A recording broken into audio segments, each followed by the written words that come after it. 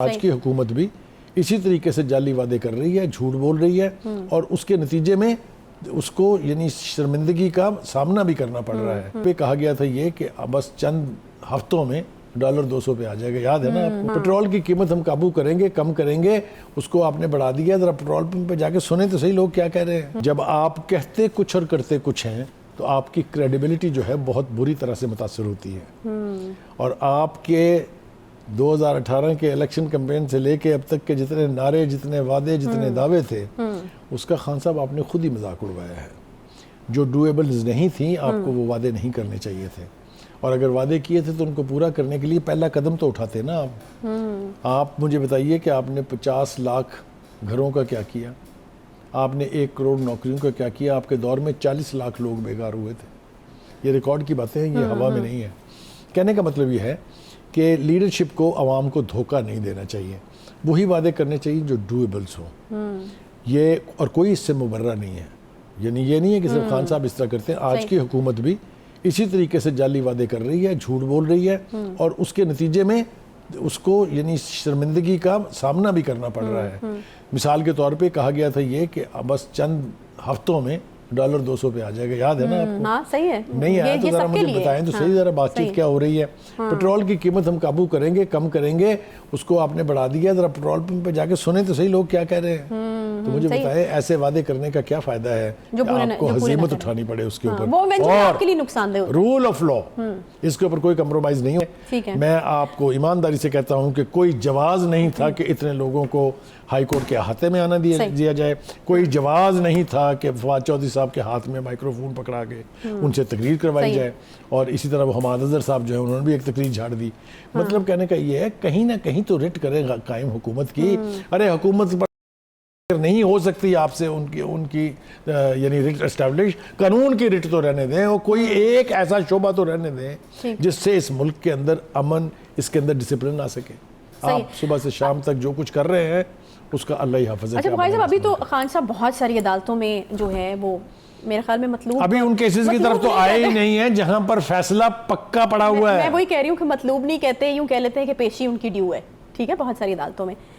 ایک طرف میاں صاحب کی 125 بار پیشیاں، ایک طرف خان صاحب کی یہ پہلی پیشی، کیا اب ہر پیشی اسی طرح سے ہوا کرے گی؟ ہاں، میرے خیال سے یہ رواج جو ڈالنے کی کوشش کی گئی ہے، عدالتوں کو ایک پیغام دیا گیا ہے کہ اگر آپ ہمارے لیڈر کو بلائیں گے تو ہم تو ایسے ہی آئیں گے۔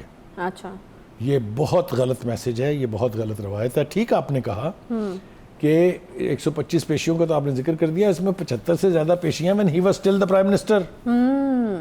ٹھیک ہے، تو مطلب کہنے کا یہ ہے ووٹ دو، ووٹ کو عزت دو کا نعرہ انہوں نے لگایا، لیکن پورے اس روٹ کے اوپر جو وہ اسلام آباد سے چل کے لاہور تک پہنچے تھے، شاہدرہ تک، کہیں مجھے بتا دیں کسی عدلیہ کے خلاف کوئی سلوگن چینٹنگ ہوئی ہو؟ آپ کے سامنے ہے، آپ کے پاس پریسیڈنٹ موجود ہے، صحیح، یا کوئی ایسی توڑ پھوڑ کی گئی ہو جس کے نتیجے میں پاکستان کا امن جو ہے اس کو خطرہ لاحق ہو گیا ہو؟ میرے خیال سے خان صاحب کو تھوڑا سا اپنے سپورٹرز کو، اپنے ورکرز کو گائیڈ کرنا پڑے گا، ایجوکیٹ کرنا پڑے گا کہ ہر چیز کی ایک حد ہے۔ صحیح۔ اب اگر یہی منظرنامہ سپریم کورٹ میں دہرایا جائے گا، جو 1-2 دفعہ کوشش کی گئی لیکن وہ اللہ کا شکر ہے کہ نہیں ہو سکا، تو مجھے بتائیے پھر کیا رہ جائے گا باقی؟ اور یہ ہم اس برق رفتاری سے اس طرف جا رہے ہیں کہ اللہ ہی حافظ ہے پاکستان کا۔ جو ہے وہ بریک کا مجھے کہا جا رہا ہے، ہم بالکل یہاں پر بریک لے لیں۔ یقیناً بڑے ہی افسوسناک قسم کے مناظر تھے، جس طریقے سے ہم نے دیکھا کہ لوگوں کا ایک جمع غفیر تھا جو کہ لاہور ہائی کورٹ میں موجود تھا، اور خان صاحب کی پیشی کے موقع پر پھر بار بار یہ بھی کہا جاتا رہا کہ خان صاحب اتنے لوگوں کی موجودگی میں اندر نہیں جا سکے، اور پھر ایونچولی جو ہے وہ پیش ہونا پڑا۔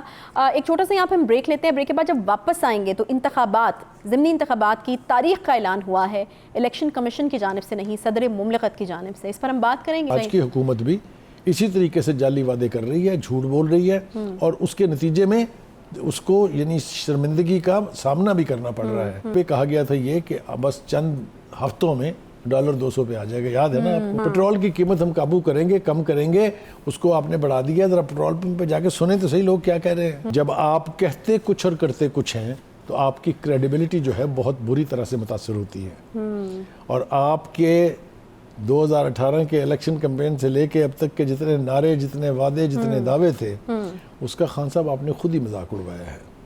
جو ڈویبلز نہیں تھیں، آپ کو وہ وعدے نہیں کرنے چاہیے تھے، اور اگر وعدے کیے تھے تو ان کو پورا کرنے کے لیے پہلا قدم تو اٹھاتے نا آپ مجھے بتائیے کہ آپ نے 50 لاکھ گھروں کا کیا کیا، آپ نے 1 کروڑ نوکریوں کا کیا کیا، آپ کے دور میں 40 لاکھ لوگ بیکار ہوئے تھے.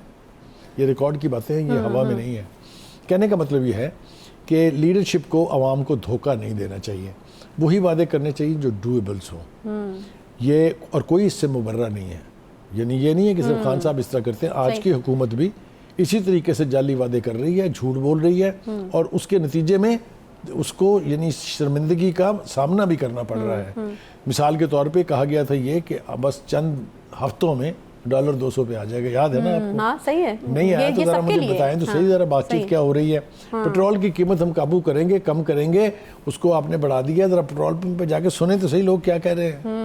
تو مجھے بتائیں ایسے وعدے کرنے کا کیا فائدہ ہے کہ آپ کو ہزیمت اٹھانی پڑے اس کے اوپر. اور رول آف لا اس کے اوپر کوئی کمپرومائز نہیں ہے. میں آپ کو ایمانداری سے کہتا ہوں کہ کوئی جواز نہیں تھا کہ اتنے لوگوں کو ہائی کورٹ کے احاطے میں آنا دیا جائے.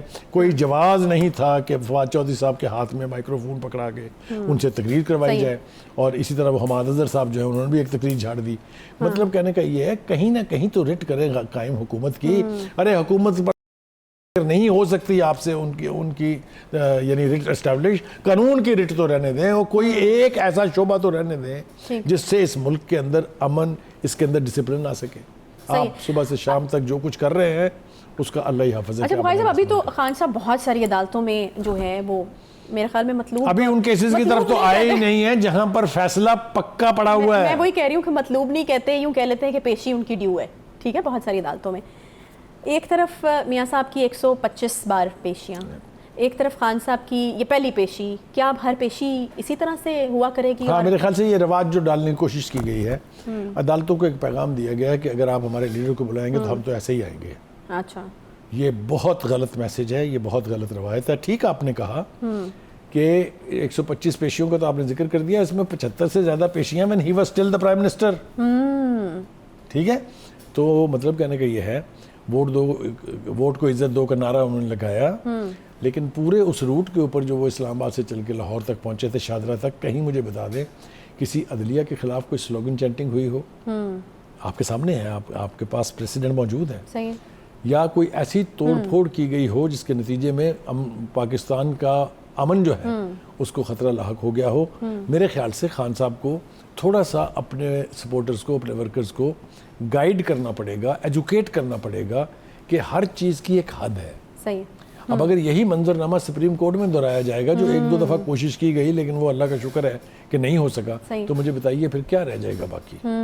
اور یہ ہم اس برق رفتاری سے اس طرف جا رہے ہیں کہ اللہ ہی حافظ ہے پاکستان کا. جو ہے وہ بریک کا مجھے کہا جا رہا ہے، ہم بالکل یہاں پر بریک لے لیں. یقیناً بڑے ہی افسوسناک قسم کے مناظر تھے جس طریقے سے ہم نے دیکھا کہ لوگوں کا ایک جمع غفیر تھا جو کہ لاہور ہائی کورٹ میں موجود تھا، اور خان صاحب کی پیشی کے موقع پر پھر بار بار یہ بھی کہا جاتا رہا کہ خان صاحب اتنے لوگوں کی موجودگی میں اندر نہیں جا سکے، اور پھر ایونچولی جو ہے وہ پیش ہونا پڑا. ایک چھوٹا سا یہاں پہ ہم بریک لیتے ہیں. بریک کے بعد جب واپس آئیں گے تو انتخابات، ضمنی انتخابات کی تاریخ کا اعلان ہوا ہے، الیکشن کمیشن کی جانب سے نہیں، صدر مملکت کی جانب سے. اس پر ہم بات کریں گے، بڑا اہم مدعا ہے. ایک چھوٹے سے بریک کے بعد ساتھ رہیے.